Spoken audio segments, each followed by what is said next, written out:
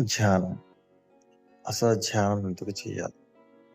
ధ్యానం చేయటం వల్ల ప్రయోజనాలేమున్నాయి?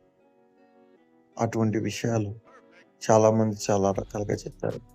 కానీ నేను చేసే పద్ధతిని, నేను తెలుసుకున్న విధానాన్ని ఒకటి పూర్తిగా నమ్మకం, విశ్వాసం మనకెప్పుడైతే కలుగుతుందో, మనలో ఉన్న స్వార్థాన్ని మనం ఎప్పుడైతే తీసేయగలుగుతామో, అప్పుడు మాత్రమే మనకు నిజమైన సాధనా మార్గాలు దొరుకుతాయి.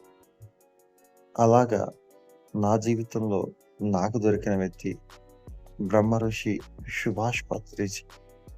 ఆయన్ని పట్టుకున్న తర్వాతే నా జీవితం ఒక పరమార్థం తెలిసి, ఆయన వేసిన బాటలో నేను నడుస్తూ నా యొక్క ప్రక్రియలోకి ఎవరైతే వచ్చారో వాళ్ళందరితో కూడా కలిసి ప్రయాణం చేస్తూ ఈరోజు నేను కూడా ఒక మహాశక్తిగా మారాను.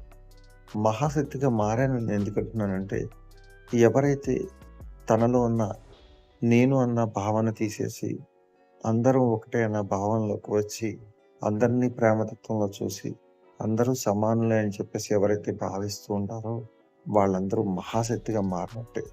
Yes, I am God. I am God.